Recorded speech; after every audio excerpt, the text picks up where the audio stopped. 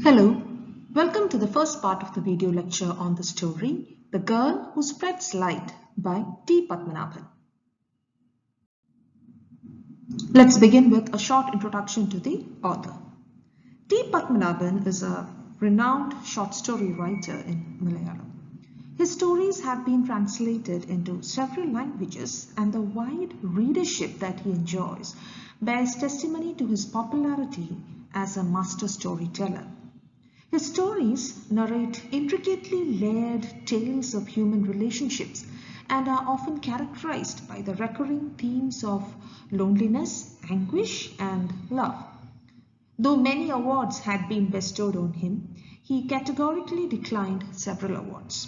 He was awarded the Eduthajan Puraskaram in 2003 and the Muttattavarki Award in 2007. He was also honored as Distinguished Fellow by the Kerala Sahitya Academy in 2012. Now let's take a quick look at the major works of T. Padmanabhan. He has written over 190 stories, and many of them have been translated into several foreign languages as well. Okay, so these are just a few of his works. Prakasham Barthannu Oru Penkutti, that was published in 1955. Oru Kadakratha Kurishil, that came out in 1956. Makhan Singhinte Maranam in 1958, Sakshi in 1973, Harrison Saivinte Naya in 1979, Kala Bhairavan in 1986, Nalina Gandhi in 1988, Gauri in 1999, Kadal, which was published in 1994, and Maraya, which was published in 2018.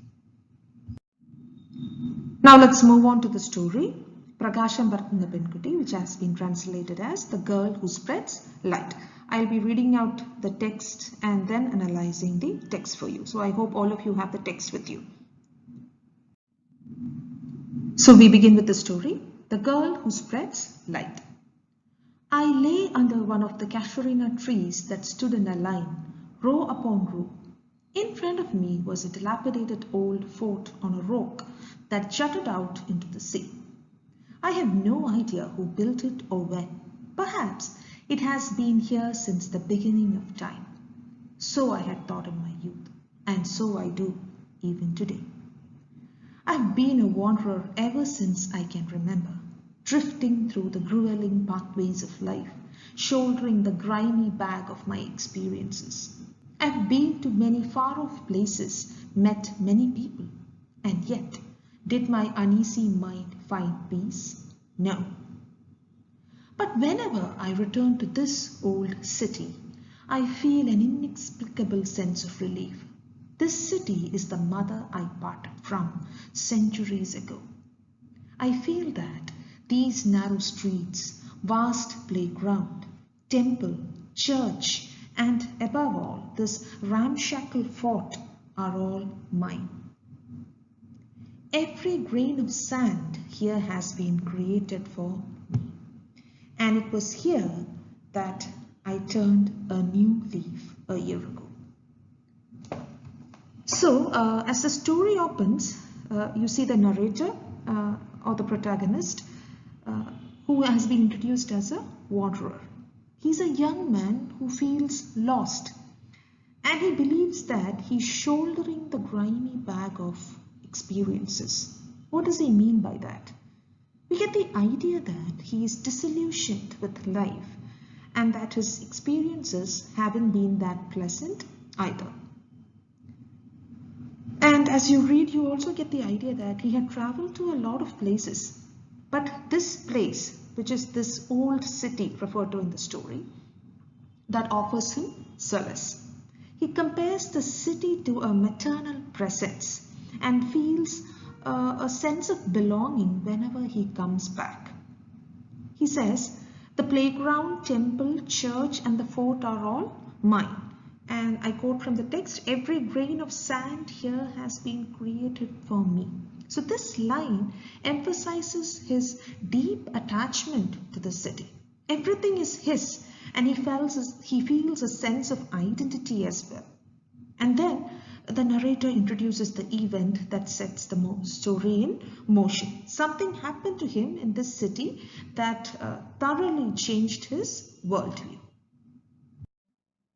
So we continue with the story.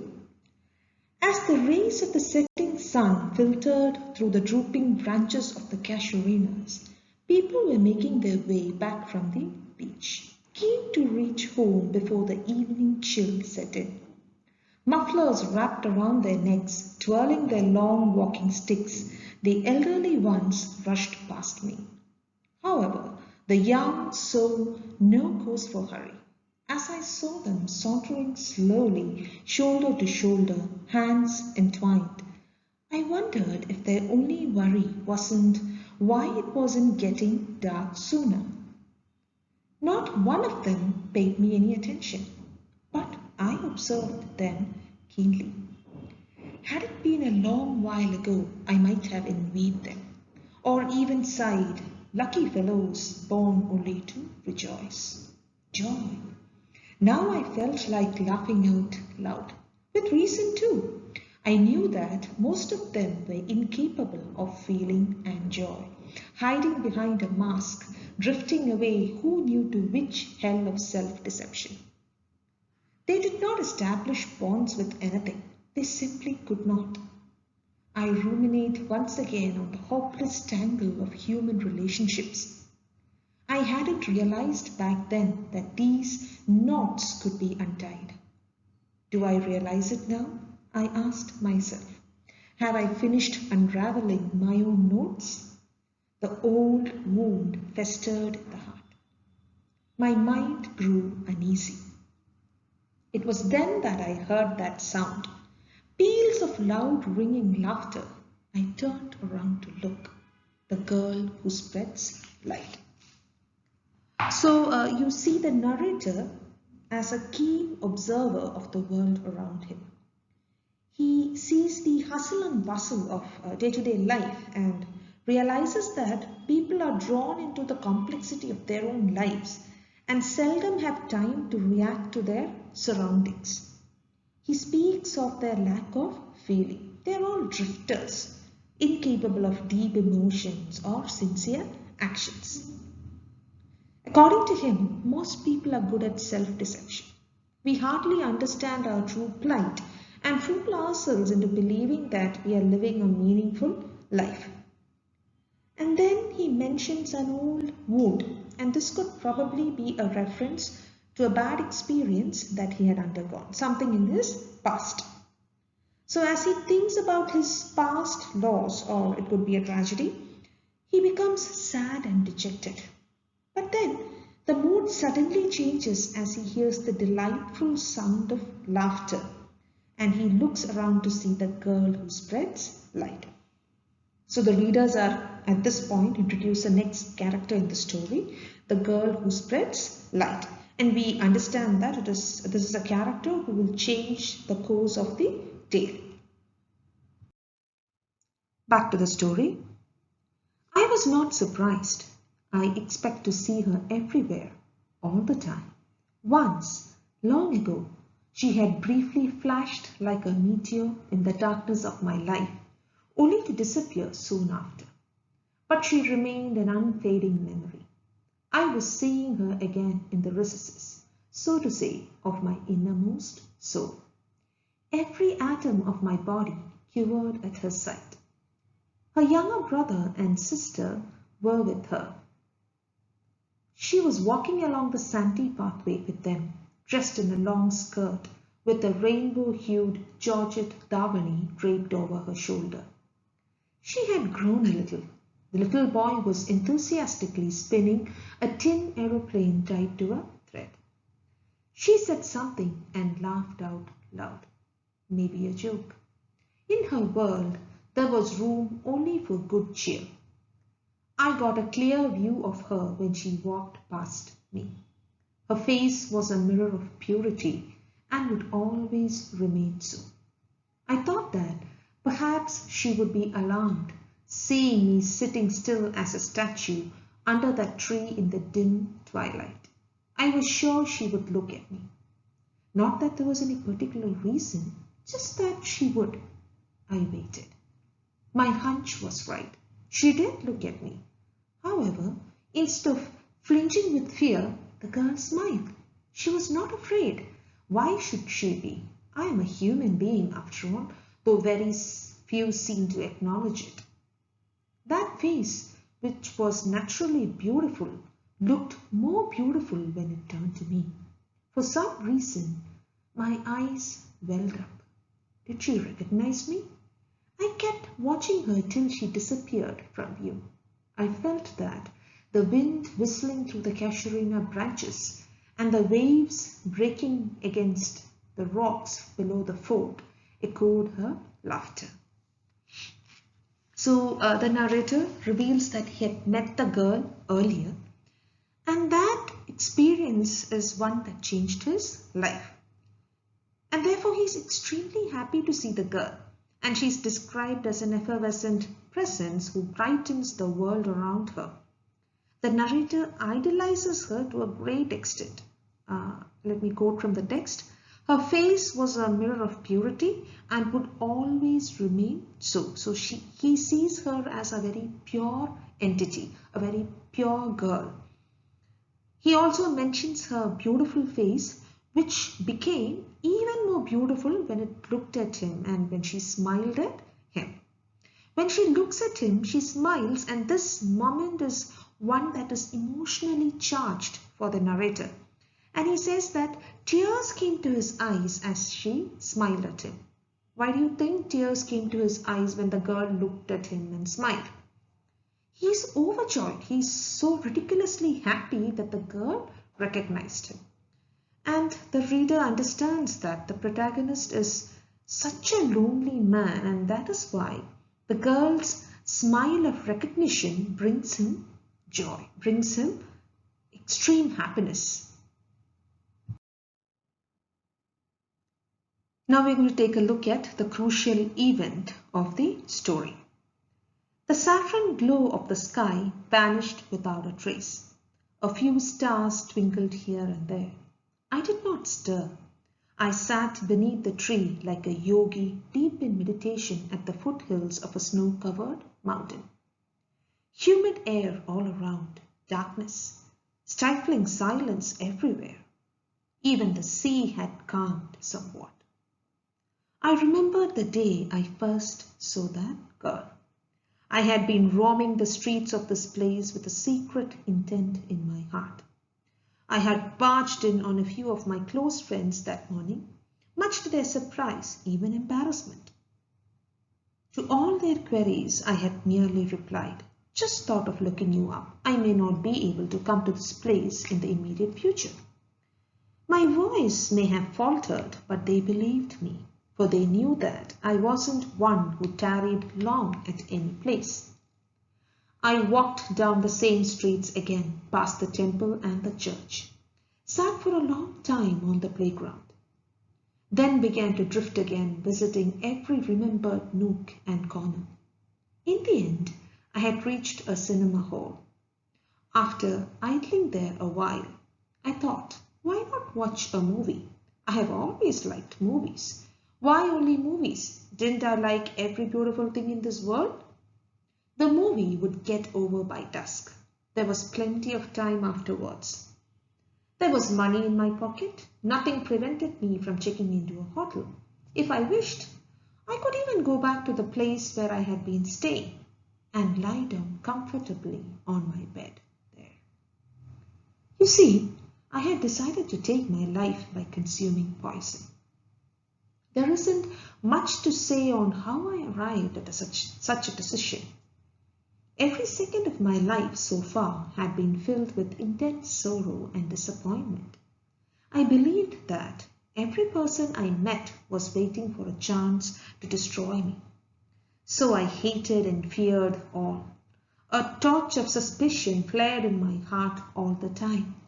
And yet, I loved some people deeply. They too were unable to understand me. My life had become quite miserable. My childhood had passed by like a happy dream. The sense of suffocation had begun right after that. Finally, when it became impossible to endure it any further, I decided to take my life. Is there any pain that does not end with death? That day, When I took a seat in the cinema hall with a bottle of poison in hand, I told myself, you must die. Only then will you get happiness and freedom. I had chosen a seat in the very last row. It was a matinee show, and thus there were only very few people. I felt happy. I could watch the movie undisturbed. When the movie was about to begin, a girl walked in, followed by two small children. They made a lot of noise as they entered the cinema hall. They seemed entirely at ease in the hall and betrayed no sign of anxiety or fear that children usually display in a new, unfamiliar place. Whistling a tune, that girl looked around casually. I fervently prayed, "Oh God, don't send those children over to my side. They'll ruin my last few moments of peace. There are plenty of vacant seats in the cinema hall. Let them sit anywhere but here, please." Sure enough, she came and sat near me. The two children followed suit. I didn't so much as look in their direction. So we have just seen a very important event in the story. You can call it the kernel of the story. The one that changed the narrator's life. And what is that event? His first meeting with the girl. He had decided to commit suicide as he didn't want to bear the trials and tribulations of life anymore. He was fed up of life. The narrator is unable to bear the pain of living as he doesn't see any purpose in prolonging his life. He had a number of painful experiences and even his loved ones are unable to understand him. Therefore, he believed that only death can bring him happiness. So he already made the decision, I'm going to die. He's going to commit suicide by taking poison. And he decided to visit a cinema hall for the last time as he had always loved to watch movies. So it is here in the cinema hall that he meets the girl. She had come with her little siblings and initially the narrator did not want any contact with the children as he wanted to be left alone. Because he thought that, the children with all their chatter and all the noise that they are capable of producing, they will disturb his peace of mind. So he did not want the children to come and sit near him.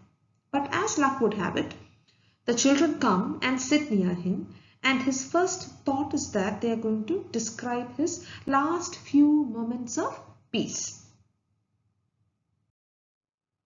So we continue with the story. Why would they come and sit beside me if not to disturb me?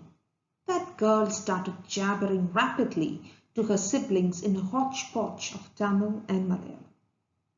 She broke off her chatter abruptly to hum a couple of lines as well. Occasionally, she broke into peals of laughter that sounded like a wild stream splashing on a pile of rocks. The show began. Two young men stood on a vast ranch in Texas ready to shed blood to win the girl they loved. Shots are fired, men totter and fall, horses gallop, enemies whisk away large herds of cattle. The girl next to me was also on that ranch in Texas. When a horse stumbled and fell, she blurted with deep feeling, "Poor thing." On seeing a close-up shot of David Farrar's fearsome face, she cried out, "Oh," and withdrew into her seat. When an attacker was shot in the arm, she shook me as well. "Great, that is how it should be, huh?" I kept staring at the screen all the time, apparently unmoved, but I was wonderstruck. This girl was such a live wire. My resentment faded little by little. She caught my hand and asked, "Will you please tell me the story?" I looked at her intently. Her face shone as brilliantly as her diamond nose stud. "Won't you please tell me? I can't follow anything. I'm only in the 6th standard, The joy I felt then. That was the first time a child was asking me something with such affection and liberty. My clothes may have been cheap and shabby. I hadn't combed my hair or shaved my face. Yet, didn't she assume that I could tell her the story of an English movie? I remembered the day I had gone to the hospital with my mother where the nurse asked, "Your son, isn't he?" Mother had said, "Yes." "Works in the beedi factory?" Before my mother could say anything, I had replied shortly, "Yes." That nurse was an elderly woman. And this was a little girl, yet what great faith she had in my ability. She lived in a land of eternal sunshine and roses, where there were no dark nooks strewn with thorns. I told her the story. During the interval, she sang a beautiful song for me, Chantare Jare Jare. When I complimented her, she said, "My father also likes my song."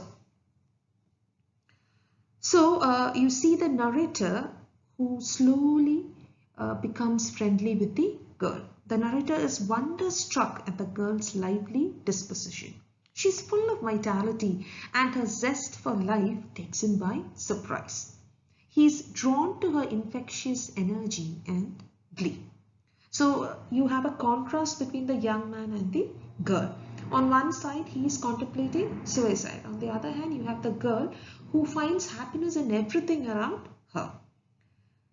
The girl is not affected by his shabby appearance and acts very friendly towards him. And he's extremely happy that she treats him with such affection and liberty. Okay, that is said in the text, such affection and liberty. People had always seen the worst in him, and there were instances in his past where he was criticized for his shabby appearance. The nurse who had looked at his mother asked his mother whether the son was working in a beedi factory, because that was the impression that she got about him. Looking at him, she thought he was working in a beedi factory, or it could be that she was making fun of his appearance. But here you have the girl who, unlike others, seemed to have the ability to see past his shabby appearance and look at his earnest heart, earnest self. And that is what drew the man to this little girl who's full of happiness. And these two develop a friendly rapport where he tells her the story of the movie and she in return sings for him. She pulled out a packet of chocolates from her brother's pocket, tore it open and offered me one. I could not help laughing at the thought that she was offering a chocolate to a man who was about to die. I said, "No, I don't want it." She did not give up. "Why? Don't you eat chocolates? Don't you like them? I just love them. My mother gives me chocolates all the time. Doesn't yours?" My mother giving me chocolates. Perhaps she thinks I too am a child. I gave in and took the chocolate. The movie came to an end. She remarked, "How I wish it didn't end now." We stepped out. It was almost twilight. She asked me, "When will you come next to see a movie?" I didn't reply. "Won't you come next week?" I joked. "If my mother permits, I shall." She laughed aloud. "Tell your mother that I'll be there too." I could not bring myself to laugh along with her. The younger brother and sister were raring to go. I felt a twinge of sadness on parting with the girl. She said, "I'll be waiting." I merely grunted, "Uh-huh. Cheerio, goodbye." She left, accompanied by the children. I stood there looking at her. I could see her growing up and getting married. My heart ached. I am a loner. I am a sad man. But the very next moment I remembered, this is a girl who is happy and wishes to see others happy as well. So you see that the narrator is touched by the girl's innocence and her enthusiasm for life.